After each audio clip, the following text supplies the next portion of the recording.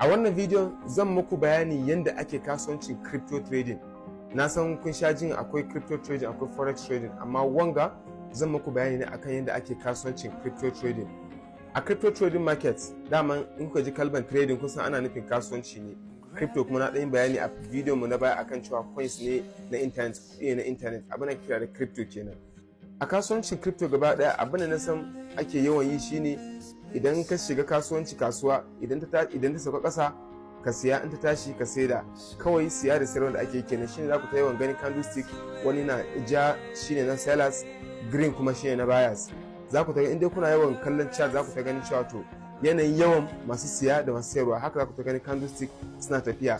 To mu kuma a lokacin ne muke samun dama mu shiga kasuwa, in lokacin siya ne mu siya, in lokacin saidawa ne mu saida. Crypto trading market din nan ta kashi guda biyu. Akwai abin da ake ce ma futures trading ko kuma derivatives, sannan kuma akwai abin da ake ce ma spot trading. Ita futures trading ko derivatives ita ce kasuwa wanda jama'a da yawa za ku ta gani online, mutum ya nika kudin sa maybe daga $100 ya koma $200 ko $100 ko $400.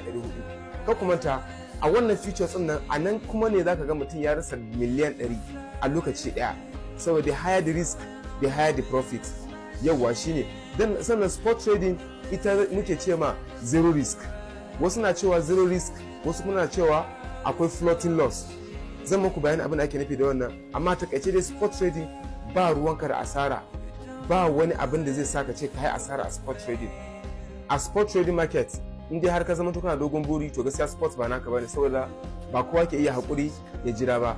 Ita spot trading a yanda na san ake samu maybe a rana, ko in ce let's say within 1 week zaka iya double kudinka with zero risk. Ba ruwanka da wani asara, baka tunani, hankalinka a kwance. Bambanci spot trading da futures trading kenan.